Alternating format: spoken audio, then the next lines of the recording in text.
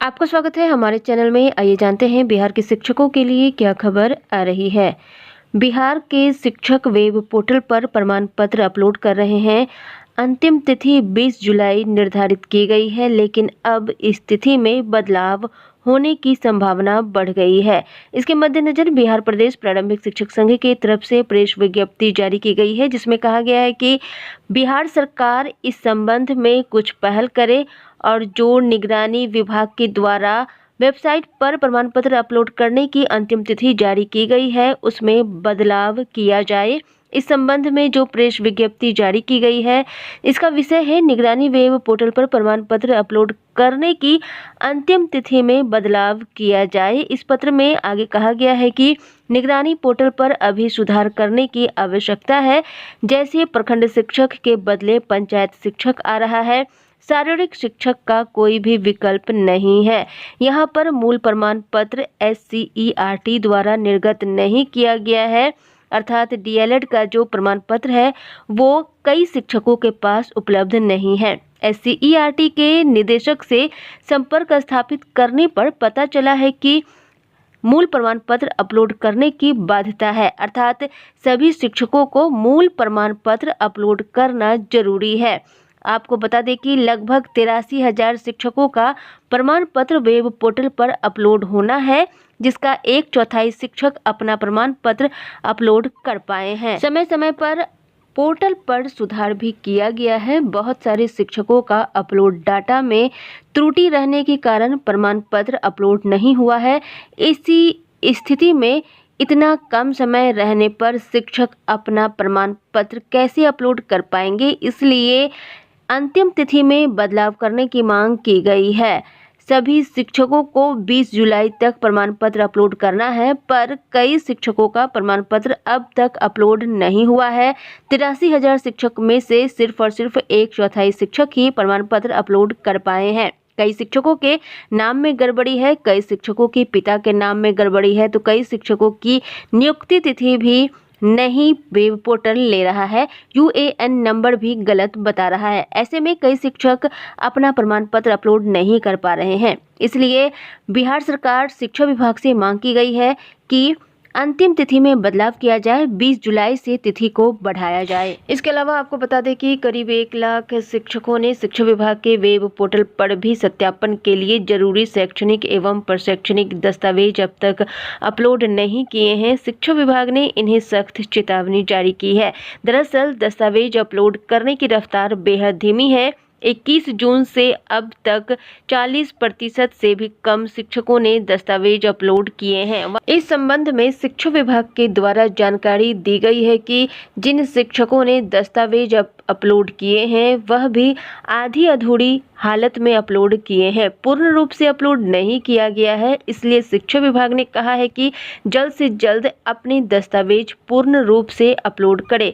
शिक्षा विभाग में प्राथमिक निदेशक डॉक्टर रंजीत कुमार सिंह ने ऐसे शिक्षकों को चेतावनी देते हुए कहा है कि जो शिक्षक 20 जुलाई तक अपने दस्तावेज अपलोड नहीं करेंगे, उनकी नियुक्ति को अवैध घोषित कर दिया जाएगा और सेवा समाप्ति की कार्रवाई की जाएगी। इसके साथ ही उन्हें अब तक दिए गए वेतन की वसूली भी की जाएगी। यदि जिला स्तर पर शिक्षकों के नाम नियुक्ति तिथि में किसी भी प्रकार की गलती की गई है तो उस मामले में अपेक्षित कार्रवाई की जाएगी। इसी तरह ऐसे शिक्षकों की EPF संख्या भी अपलोड की जानी है।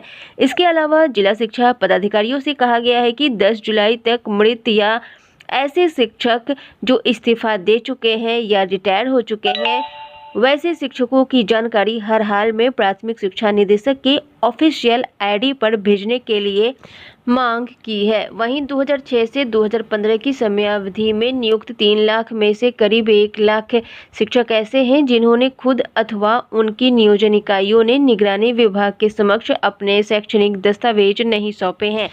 लिहाजा शिक्षा विभाग ने शिक्षकों को विशेष पोर्टल पर ऑनलाइन दस्तावेज उपलब्ध जल्द से जल्द कराने के लिए कहा है। 21 जून से पहले तक ये दस्तावेज उपलब्ध कराने हैं।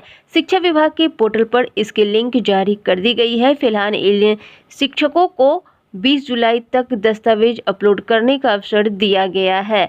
यहाँ पर निगरानी विभाग हाई कोर्ट के आदेश पर शिक्षकों के दस्तावेजों की जांच कर रही है। दरअसल हजारों शिक्षकों के प्रमाण पत्र फर्जी पाए गए हैं। 1500 से अधिक एफआईआर शिक्षकों पर हो चुके हैं। कई शिक्षकों के सर्टिफिकेट भी फर्जी हैं और कई शिक्षकों पर एफआईआर दर्ज करने की मांग की गई है। इस संबंध में शिक्षक संघ ने मांग की है कि वेब पोर्टल पर प्रमाण पत्र अपलोड करने की तिथि में बदलाव किया जाए, क्योंकि वेब पोर्टल पर कई त्रुटियां हैं। जब तक उन त्रुटियों में सुधार नहीं किया जाएगा, शिक्षक प्रमाण पत्र अपलोड नहीं कर पाएंगे। ये जल्द से जल्द वेब पोर्टल पर प्रमाण पत्र अपलोड करने की अंतिम तिथि में बदलाव किया जाए, अंतिम तिथि को बढ़ाया जाए, जिससे कि शिक्षकों को राहत मिले और शिक्षक आसानी से अपना प्रमाण पत्र अपलोड कर सके। इसके साथ ही वेब पोर्टल में सुधार भी किया जाए, शिक्षक संघ ने ये मांग की है। इसके अलावा आपको बता दें कि राज्य में 8000 मिडिल स्कूलों में पोषण वाटिका तैयार है। बाकी बचे मिडिल स्कूलों में भी पोषण वाटिका विकसित की जा रही है। आज़ादी का अमृत महोत्सव स्कूलों में पोषण वाटिका के माध्यम से ही मनाने की तैयारी की जा रही है।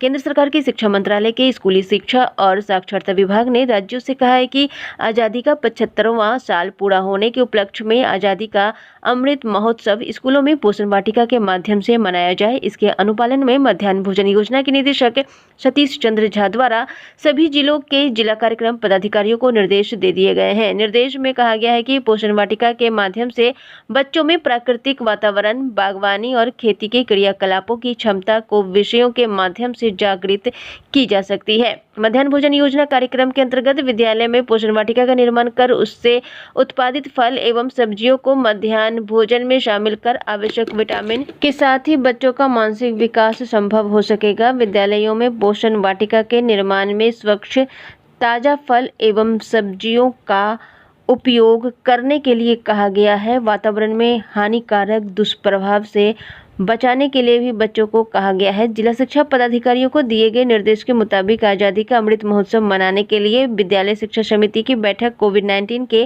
प्रोटोकॉल के तहत सामाजिक दूरी का पालन करते हुए आयोजित की जानी है। इसके लिए बिहार शिक्षा परियोजना परिषद के समन्वय स्थापित किया जाना है, जिसमें विद्यालय में पोषण वाटिका विकसित किए जाने हेतु कई निर्देश दिए गए हैं। एक्शन प्लान भी तैयार किया जाना है। विद्यालयों में अध्ययनरत बच्चों को ऑनलाइन क्लास के माध्यम से पोषण वाटिका के बारे में जानकारी देनी है।